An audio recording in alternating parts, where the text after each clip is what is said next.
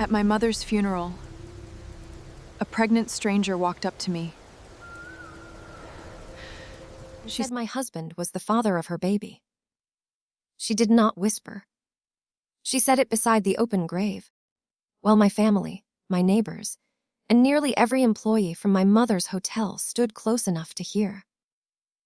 My husband, Grant, went completely still. That was how I knew she was telling the truth. The stranger's name was Lily Morgan. She was 29, beautiful, and shaking so badly that she had to hold the arm of the woman beside her. I looked at Grant and waited for him to deny it. Instead, he stared at Lily's stomach. Then my older sister, Rebecca, stepped between us. "Not here," she said. "Our mother has just died." The strange part was not that Rebecca defended me. The strange part was that Lily obeyed her. She lowered her eyes immediately, like an employee responding to her boss. For 1 second, the three of them stood together. My husband, his pregnant mistress, and my sister. They looked afraid, but they were not afraid of the scandal. They were afraid Lily had spoken too soon. I did not understand that until much later. By then, my marriage was gone. My mother's hotel belonged to someone else, and the police believed I had tried to kill my own sister. My name is Natalie Mercer.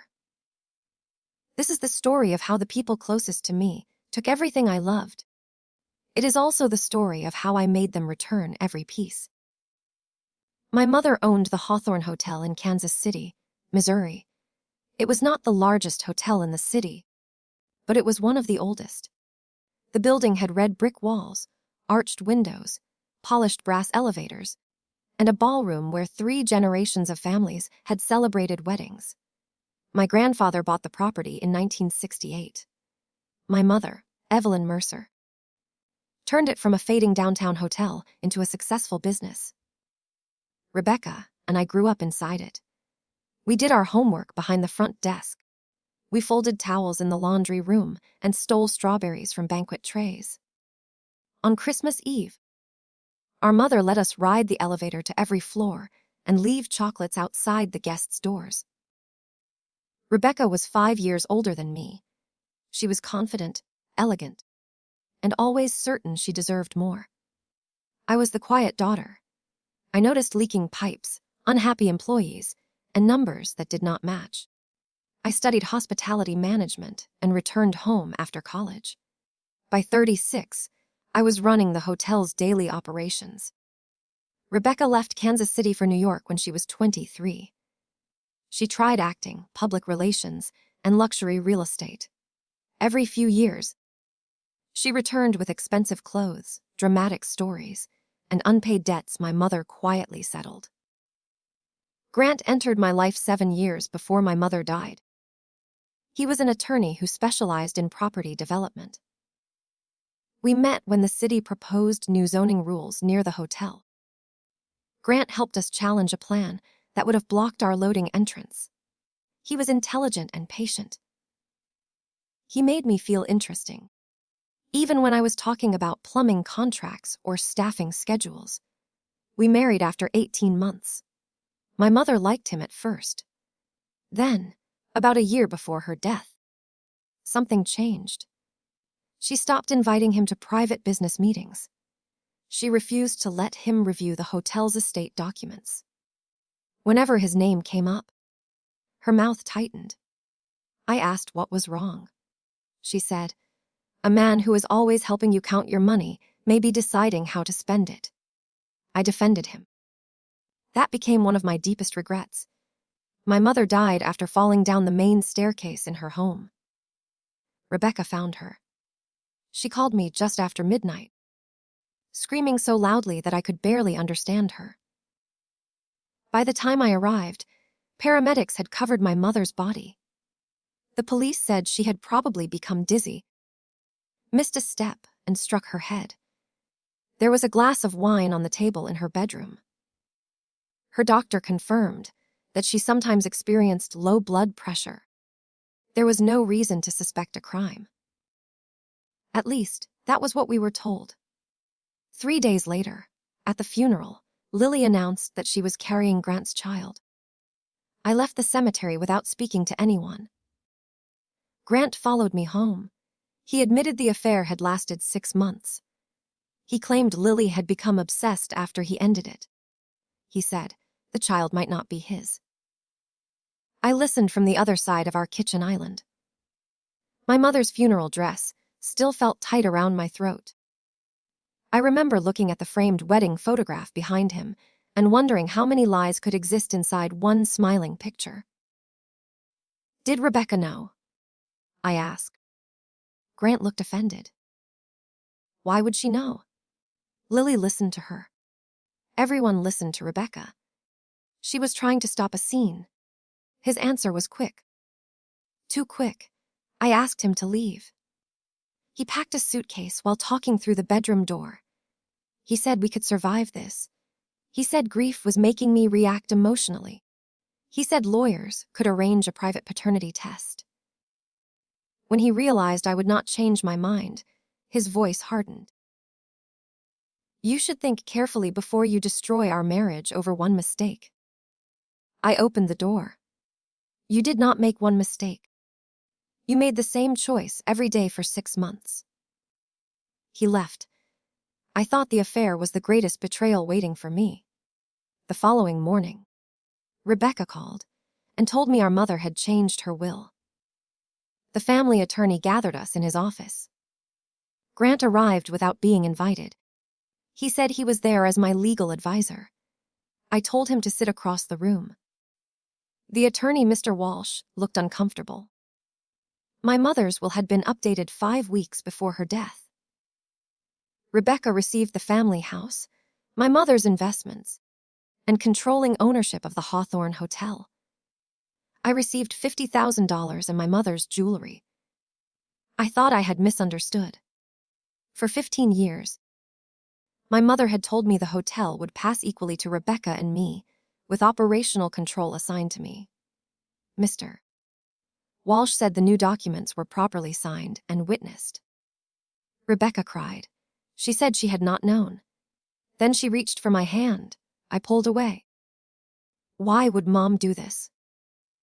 Rebecca wiped her face. Maybe she thought I needed another chance. That sentence sounded like something our mother might have said, but not at my expense. Grant asked to inspect the will. He studied it for several minutes and announced that it appeared valid. When he handed it back, Rebecca did not look at him. Neither did he look at her. It was the same careful distance I had seen at the cemetery. The first clear thought arrived like a cold breath. Lily was not the only woman sleeping with my husband. I did not accuse them. Instead, I returned to the hotel and went to my mother's office. Rebecca had already changed the locks. Security stopped me in the hallway. The guard, Marcus, had worked for us for 9 years. He could barely meet my eyes. Ems. Mercer gave instructions, he said. I am Ms. Mercer, your sister. I asked him to call Rebecca. She came downstairs wearing my mother's pearl earrings. That hurt more than I expected. Rebecca told me I was on temporary leave. She said the scandal surrounding my marriage could damage the hotel's reputation. She also claimed an internal review had found irregular payments approved by my department. What irregular payments? We're still investigating. You have owned the hotel for less than 24 hours. Grant stepped out of the elevator behind her. He was carrying his briefcase. Everything became clear. The affair with Lily had distracted me. The new will gave Rebecca control. The financial review would remove me permanently. This was not a family dispute. It was a takeover. I looked at my sister. How long have you been sleeping with my husband? Marcus turned away. Rebecca's face remained calm, but Grant lost his color. You are grieving, she said. That is not an answer. Grant moved closer. Natalie, go home. The command in his voice told me he no longer needed to pretend. I left without arguing. As I crossed the lobby, employees watched me in silence. Some looked frightened.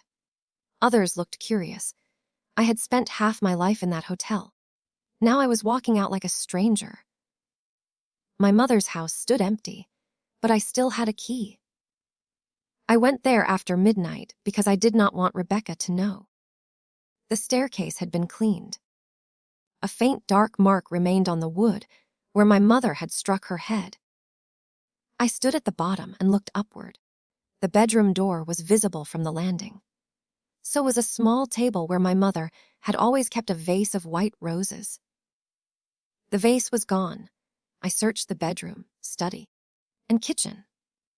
Rebecca had taken the computer and most of the documents. My mother's desk drawers were empty. In the kitchen trash, I found the cut pieces of an old leather appointment book. Someone had tried to destroy it. I gathered every piece and took them home. For the next 6 hours, I arranged them on my dining table. Most pages contained ordinary notes. Doctor visits, vendor meetings, staff birthdays. 5 weeks before her death, on the date the new will was signed, my mother had written lunch with Natalie. Review roof estimate. Call Dr. Singh. She had not written anything about Mr. Walsh or changing her will. My mother recorded every important appointment. Why would she leave out the decision to give away the business she had spent her life protecting? On another damaged page, 3 days before her death, she wrote, R came again. G waiting in car. They think I do not see. Below it was a phone number I did not recognize. I called at 7 in the morning. A woman answered. When I said my name, she became quiet. Your mother told me you might call, she said. Her name was Dr. Priya Singh. She was a neurologist. Dr. Singh met me at a coffee shop away from the hospital. My mother had visited her privately because she feared someone was trying to make her appear mentally incompetent. Rebecca had been telling people that our mother was confused. Grant had asked questions about guardianship law and whether a person with memory problems could change business documents. My mother wanted proof that her mind was healthy. Dr. Singh completed a full evaluation. The results showed no dementia and no significant cognitive impairment. Why wasn't this in her medical file? I asked. She paid privately and asked me to keep a separate copy. She said a family member had access to her usual records. Did she change her will? Dr. Singh shook her head. She told me she was afraid your sister would try to force her. Before my mother left the final appointment, she gave Dr. Singh a sealed envelope addressed to me. The doctor had planned to mail it after the funeral, but became frightened when she saw reports about the will. Inside was a memory card and a short note. Natalie, if Rebecca takes control, do not fight her with anger. She has Grant helping her, and they are preparing to call you unstable. The hotel remembers everything. Start with room 8014. Mom, room 8014 was one of the hotel's executive suites. 6 months earlier, it had suffered water damage from a broken pipe. The room had been closed for repairs. Or so I thought. I could not enter the hotel through the lobby, but the loading dock used a keypad code that had not changed. At 2 in the morning, I slipped inside wearing a catering uniform and baseball cap. The service elevator carried me to the 8th floor. Room 8014 was supposed to be empty. Light showed beneath the door. I heard voices inside. One was Grant's. The other belonged to Rebecca. I held my phone near the door and recorded. Rebecca was angry about Lily's announcement at the funeral. Grant said he had already paid Lily to leave Missouri. She was never supposed to know about Natalie, he said. Rebecca replied. She knew enough to ruin the timing.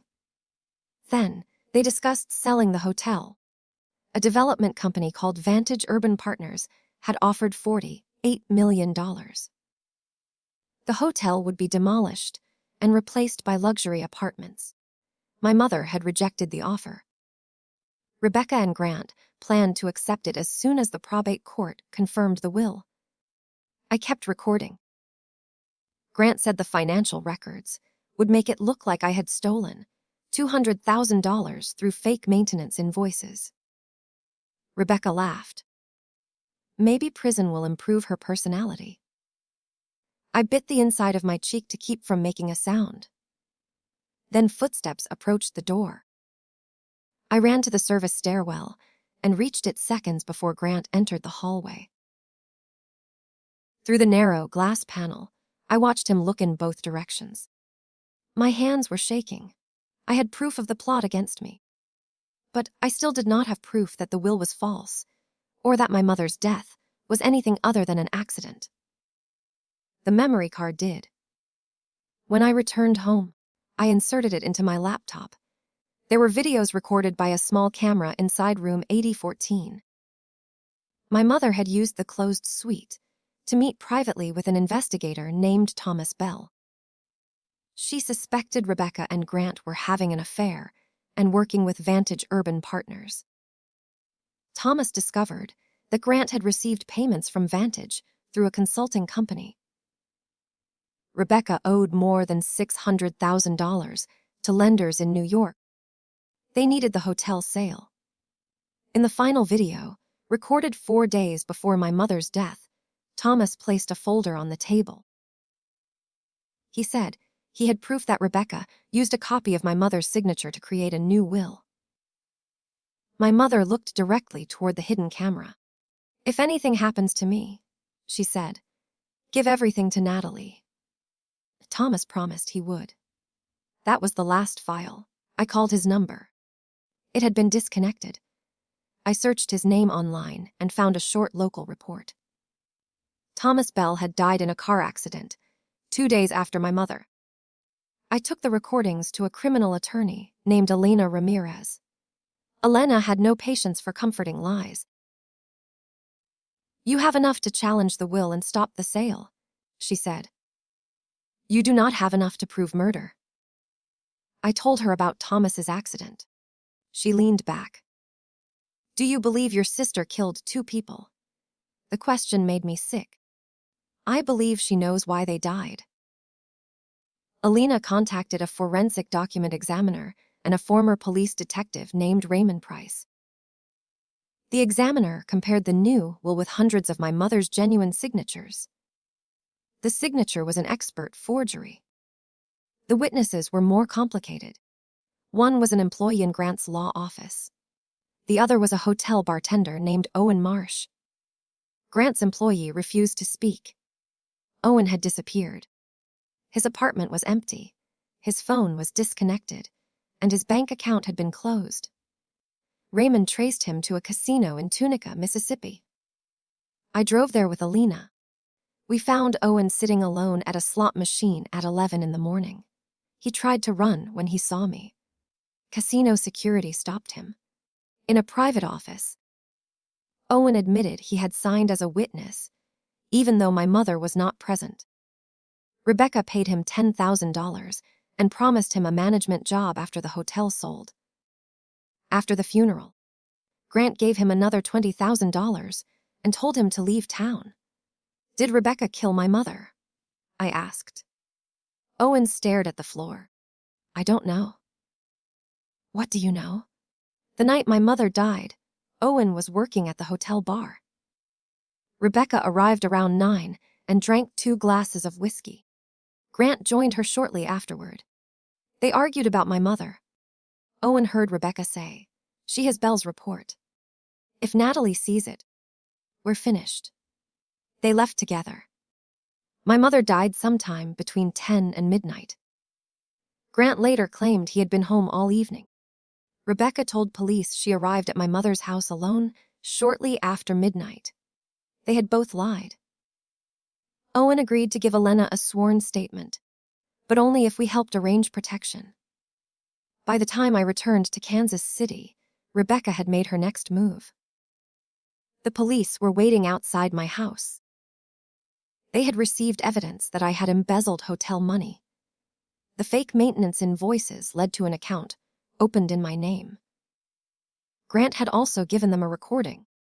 In it, a woman who sounded like me threatened to kill Rebecca. The voice was created from old videos and telephone recordings. At the time, however, the technology was convincing enough to frighten the police. They searched my home. In the garage, they found a bottle of my mother's blood, pressure medicine, and a pair of gloves with Rebecca's blood on them. I had never seen either item.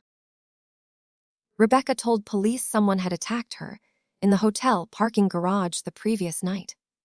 She had a cut above her eye and bruises around her neck. She named me. I was arrested for assault, embezzlement, and threatening her life. As an officer placed me in the police car, I saw Grant standing beside Rebecca across the street. He put his arm around her. This time, they no longer tried to hide. They believed they had won. But Grant had made one careless mistake. He planted the evidence in my garage while I was in Mississippi. My neighbor's doorbell camera recorded his car arriving at my house at 3 in the morning. Another camera showed him carrying a small black bag toward my side gate. Elena obtained the recordings before anyone could erase them. My bail hearing became the first crack in their story. The judge released me and ordered an independent examination of the alleged threat recording. An audio expert found repeated digital patterns and unnatural breaks between words. It was fake. The account receiving the stolen hotel money had been opened online from an internet address connected to Grant's law firm. The case against me began to collapse. Rebecca responded by announcing that she would complete the hotel sale in 7 days. Elena could have requested an emergency court order. I told her to wait. If we stop the sale now, they will run, I said. And if we don't? They will walk into a room full of witnesses and tell us exactly what they did. Avantage Urban Partners planned a private signing ceremony in the Hawthorne Ballroom. City officials, investors' lawyers, and reporters would attend. Rebecca wanted photographs of herself saving an old property through a modern redevelopment deal. I wanted the same audience. First, we needed Lily. Raymond found her in a furnished apartment in St. Louis. Grant had paid 6 months of rent and given her $15,000. When Lily learned about Rebecca, she refused to believe us. Then I showed her hotel security photographs of Grant entering room 8014 with my sister. The dates covered almost a year. Lily cried, but I did not enjoy it. She had known Grant was married. She had chosen to hurt me. Still, she was also another person he had used. Lily told us Grant had asked her to attend the funeral. He wanted her visible there, because he planned to use the affair later as proof that our marriage was already broken. He intended to claim I stole hotel money because I feared divorce. But Lily was supposed to remain silent until he gave her a signal. Rebecca was the person who brought her to the cemetery. Lily also had text messages in which Grant said Evelyn would not be a problem after Thursday. My mother died Thursday night. Lily agreed to cooperate. Next, Raymond examined Thomas Bell's accident. Police had classified it as a single car crash. His brakes failed on a rural highway.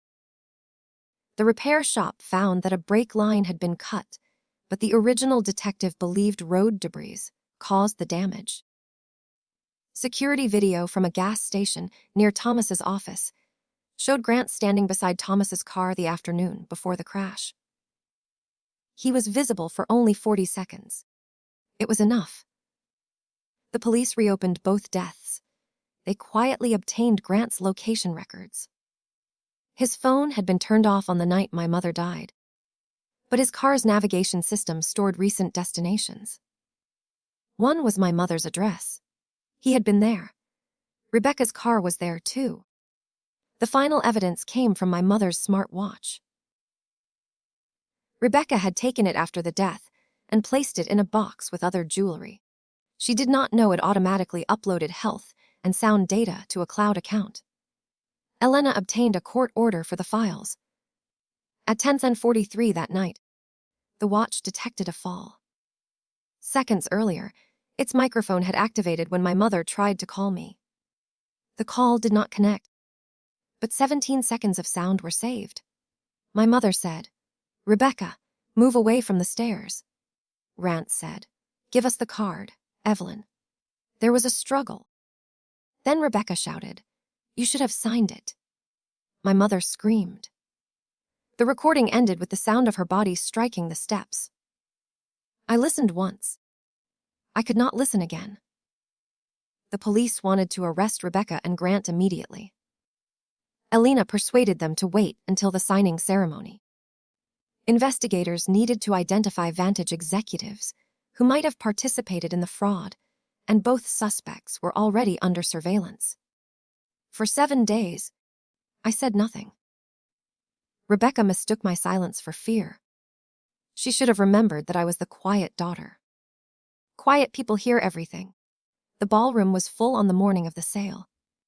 Rebecca stood on a stage beneath a gold banner that read "Ane du futur far, T hadiuaren."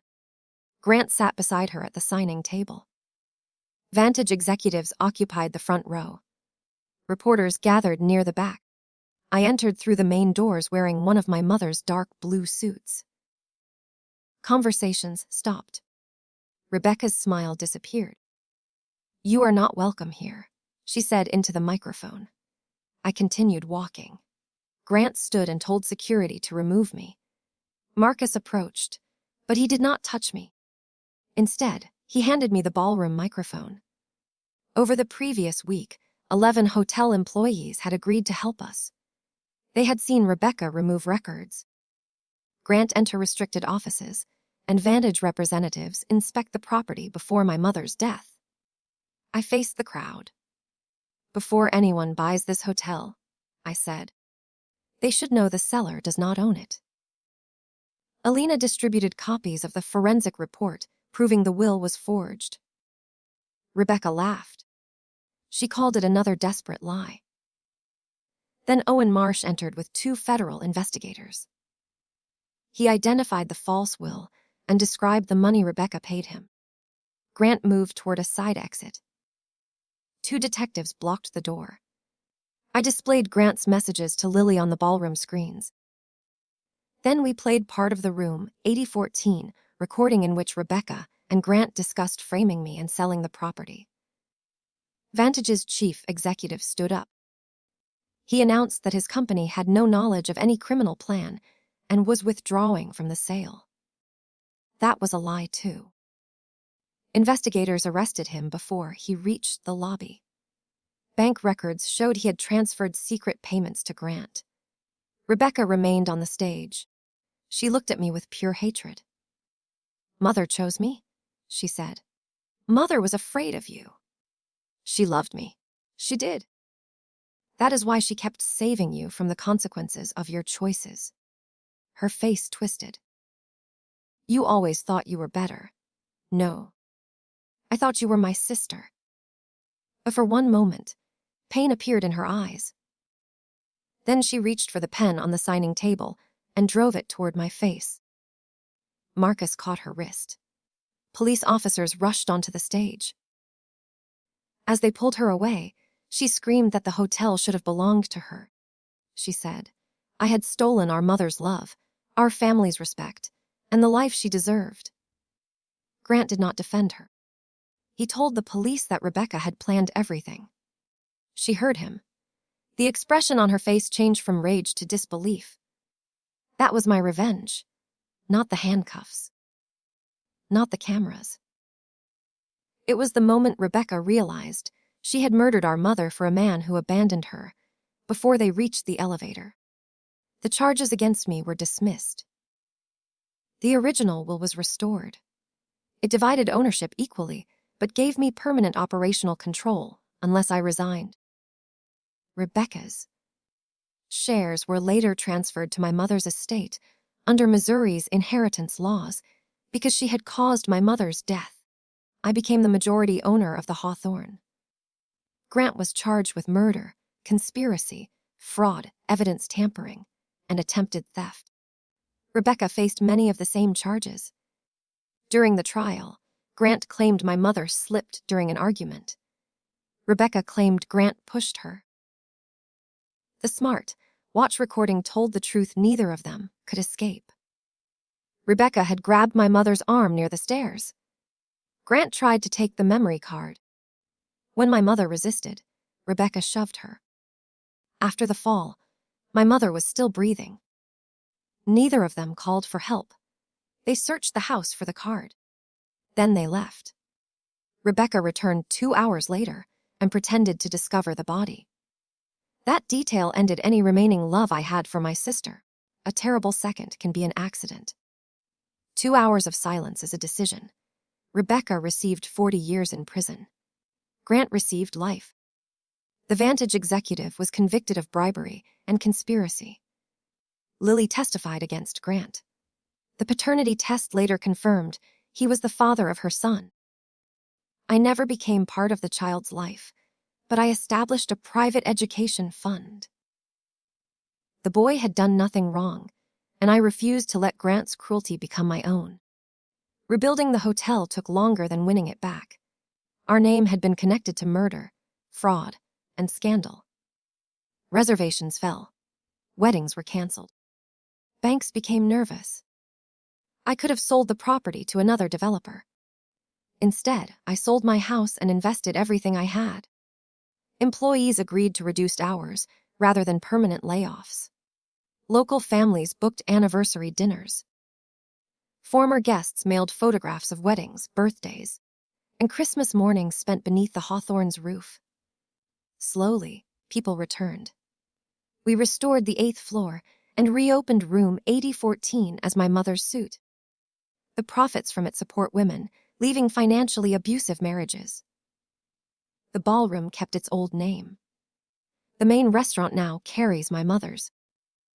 On the wall near the front desk, I placed a photograph of Rebecca and me as children.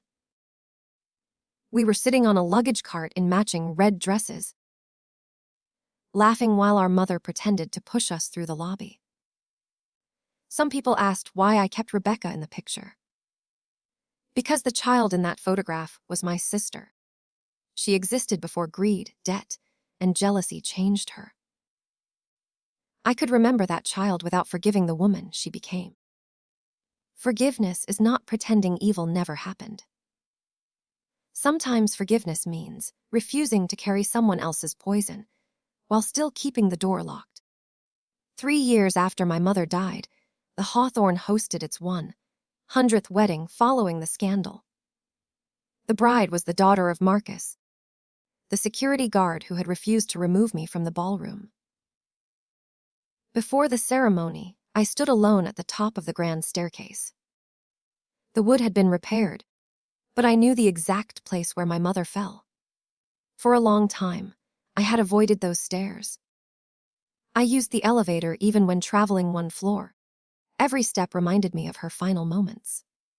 That afternoon, I walked down slowly. At the bottom, sunlight came through the lobby windows. Guests laughed near the entrance. The brass elevator bell rang. Somewhere in the ballroom, musicians began to play. The hotel was not haunted by my mother's death. It was alive because of everything she had built. I finally understood the message she left me. The hotel remembers everything. She did not mean only cameras, records, and hidden rooms. She meant that a life leaves evidence. My mother's evidence was everywhere.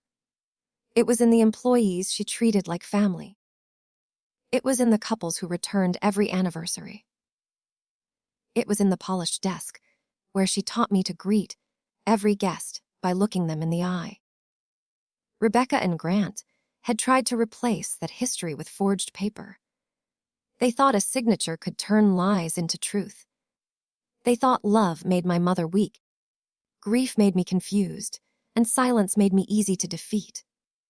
They were wrong about all three. At the wedding reception, Marcus asked me to dance. I laughed and told him I was a terrible dancer. "Your mother was worse," he said. He was right. She used to dance at employee parties with no sense of rhythm and no embarrassment. For the first time in 3 years, remembering her made me smile before it made me cry. Later that night, After the guests left, I walked through the quiet lobby and switched off the lamps one by one. At the front desk, I found an envelope addressed to me. For one frightening second, I thought of threats and forged evidence. Inside was a note from the bride. "Thank you for saving this place. My father says your mother taught him that a hotel is not made from walls. It is made from the people who refuse to let strangers feel alone." I sat behind the desk and read it twice. Then I looked toward the staircase. My mother was gone. My marriage was gone. The sister I had loved existed only in an old photograph. But I was still there. I no longer needed Grant to admit what he had done. I no longer needed Rebecca to understand what she had destroyed. Their punishment belonged to the courts. My future belonged to me. At midnight, I locked the front doors and stood beneath the Hawthorne's golden sign. The city moved around me. Cars passed. Streetlights shone against the wet pavement. Behind me, the hotel windows glowed like 100 small promises. Grant once told me I would lose everything if I fought him. He had been almost right. I lost my husband. I lost my sister.